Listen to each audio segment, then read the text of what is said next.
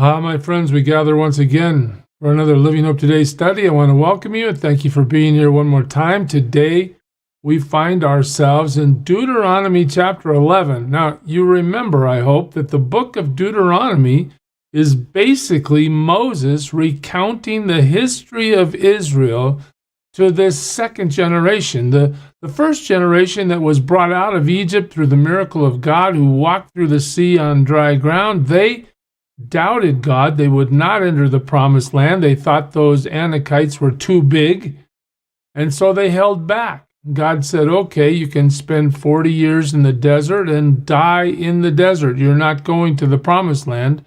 But this second generation is now coming to the brink of entering the promised land, and Moses wants to make sure they remember exactly what God has done and what God has said.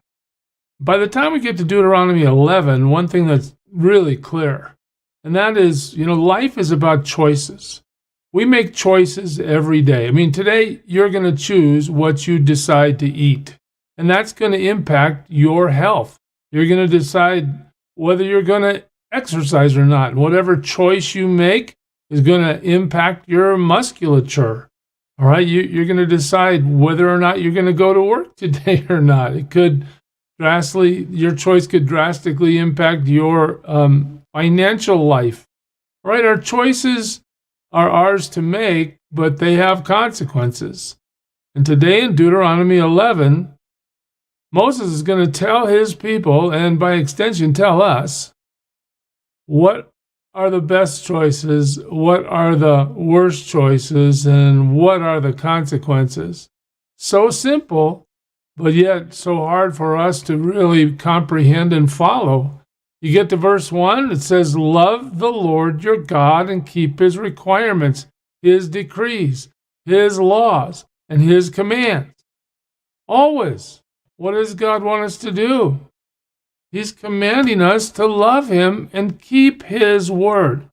Right now, you and I have the choice. Are we going to apply ourselves to this kind of a verse and submit ourselves and say, okay, Lord, help me love you well. Help me do what I need to do to obey you in every aspect of my life.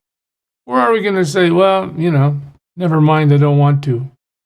Verse 2, remember today that your children were not the ones who saw and experienced the discipline of the Lord your God, his majesty, his mighty hand, his outstretched arm. Okay, so you're raising a generation now, this would probably be the third generation since the Exodus, who have not had that experience of seeing God firsthand move like your parents and grandparents did. And here he says, keep his requirements. That's what he wants. Verse 3, the signs he performed and the things he did in the heart of Egypt, both to Pharaoh, king of Egypt, and to his whole country, what he did to the Egyptian army, to its horses and chariots, how he overwhelmed them with the waters of the Red Sea as they were pursuing you, and how the Lord brought lasting ruin on them. Again, your kids don't know about this. They weren't there. But again, we recount the history. This is what God has done in his mighty strength and his power. He overcomes every obstacle. Verse 5, it was not your children who saw what he did for you in the desert until you arrived at this place. Okay, they don't have any experience in walking through the 40 years.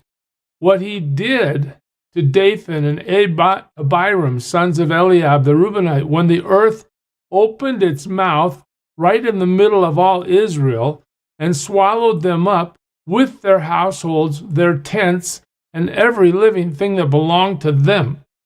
They have not experienced the judgment of God against wickedness as the previous generation has experienced. But it was your own eyes that saw all these great things the Lord has done. Observe, therefore, all the commands. Well, here we go again. Make this choice. Do what God commands. Observe, therefore, all the commands I'm giving you today, so that you may have strength to go in and take over the land that you are crossing the Jordan to possess.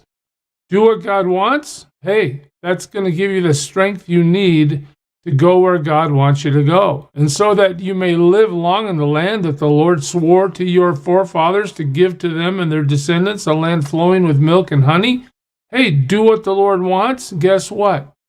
God's going to take you to a great place. Okay, so you can live long in that land.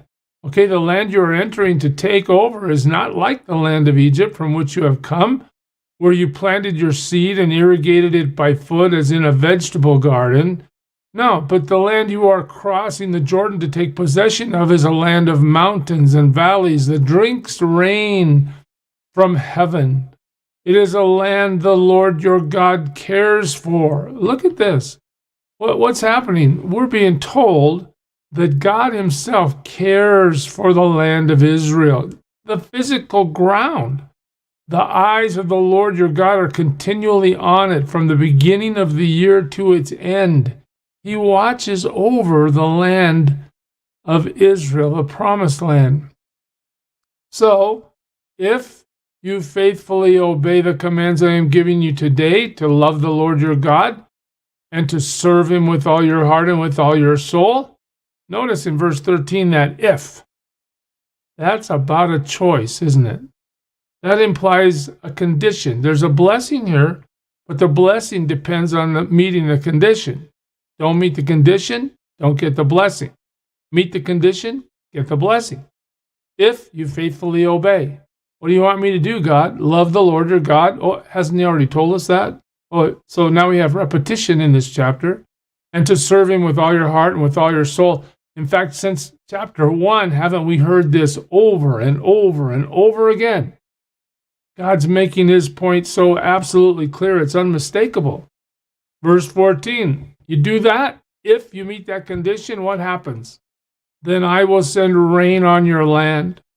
Oh, so God's the one that's in charge of sending rain on the land. God's going to do it if the condition is met. What's that symbolic of? The blessing of God. I'm going to send rain on your land in its season, both autumn and spring rain. So why? So that you may gather in your grain, new wine and oil. You're going to prosper in the place you live. I'll provide grass in the fields for your cattle, and you will eat and be satisfied. Be careful. Be careful. See, there's a lot of ways to make a choice that's not good. Excuse me. So what is God telling them here? Through Moses, he's saying, look, you better watch out. Yes, you're going to have all these blessings if you meet this condition.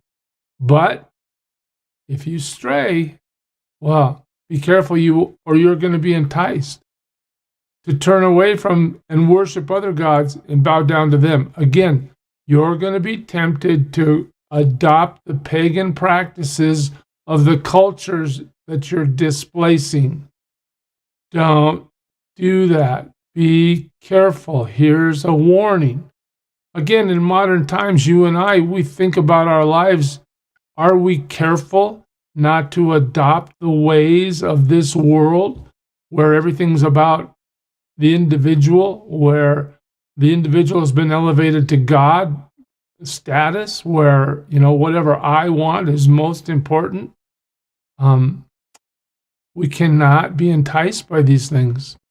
Well, on to the 17th verse. Then the Lord's anger will burn against you. Oh, make the wrong choice. What happens? The Lord's anger will burn against you. And he will shut the heavens so that it will not rain, and the ground will yield no produce, and you will soon perish from the good land the Lord is giving you. God does not play favorites.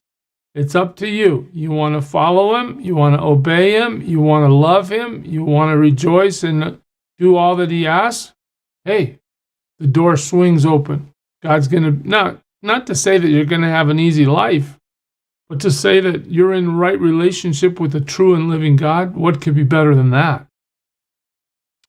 Moses says, hey, not only be careful and don't get enticed by those things, because there's terrible consequence awaits you if you do, but fix these words of mine in your hearts and minds, tie them as symbols on your hands, bind them on your foreheads. Don't forget this. How simple. how simple this command is. Just remember what I'm telling you. Do what God wants you to do. How many times does this poor Moses have to repeat this to these people? Teach them to your children. In other words, not just remember them, but pass them down to the next generation. Teach them to your children, talking about them when you sit at home and when you walk along the road and when you lie down and when you get up. In other words, all the time. Continue to communicate the goodness, the power, the strength, the grace, the mercy, the love of God all day long. And remember it yourself. Tell your kids about it. Write them on your door frame, on the door frames of your houses and on your gates. And we just opened this new sanctuary, right? What did we do? We went in and we wrote verses about who the Lord is all over this sanctuary. God is saying, remember, remember, remember, so that your days and the days of your children may be many in the land that the Lord swore to give your forefathers, as many as the days that the heavens are above the earth.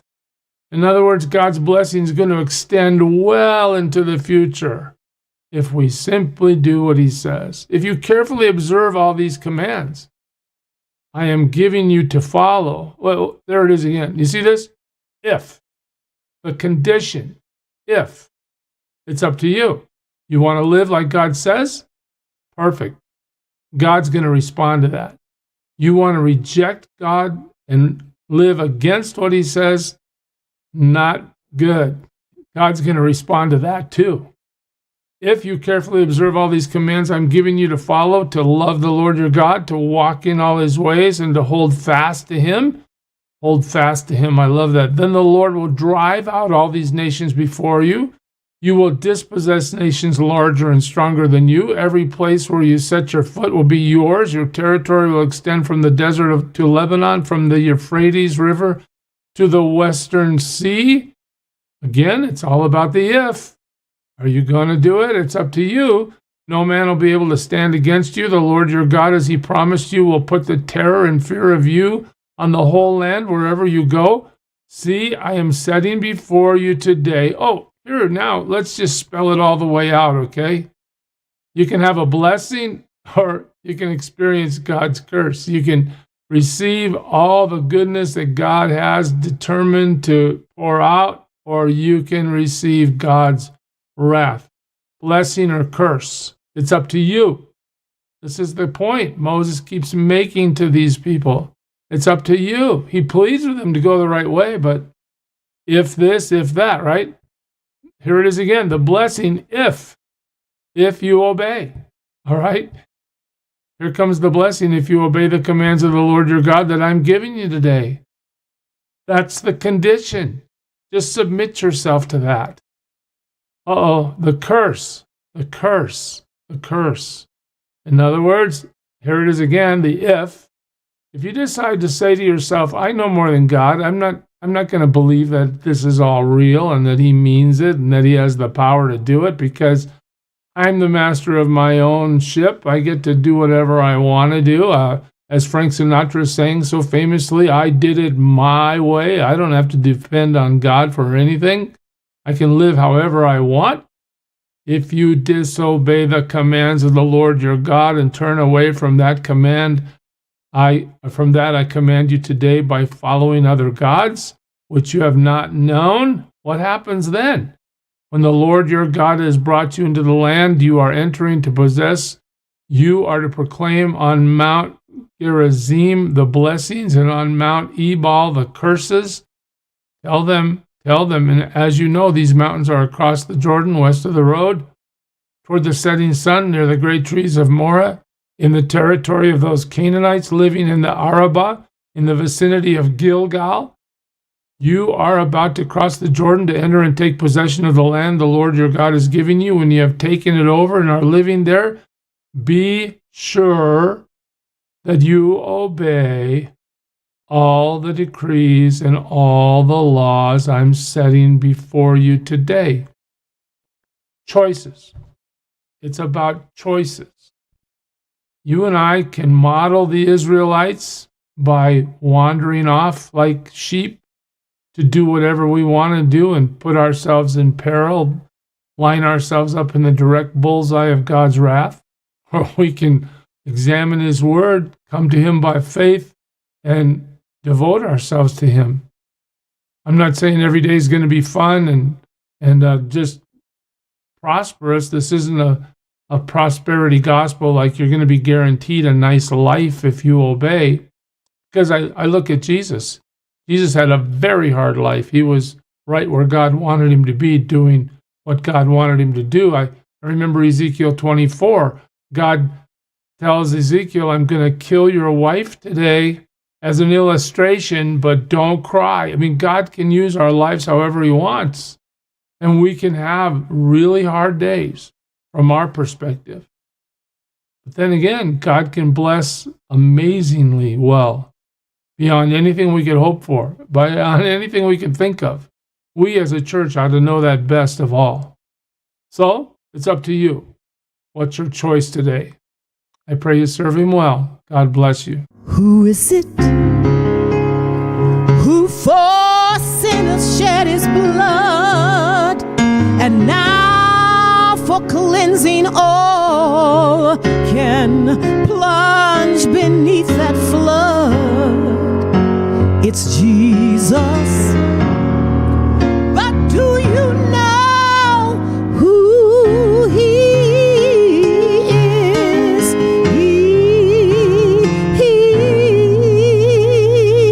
He's the image of the invisible God, and He's the brightness of His glory, the first, the last, the future, the past,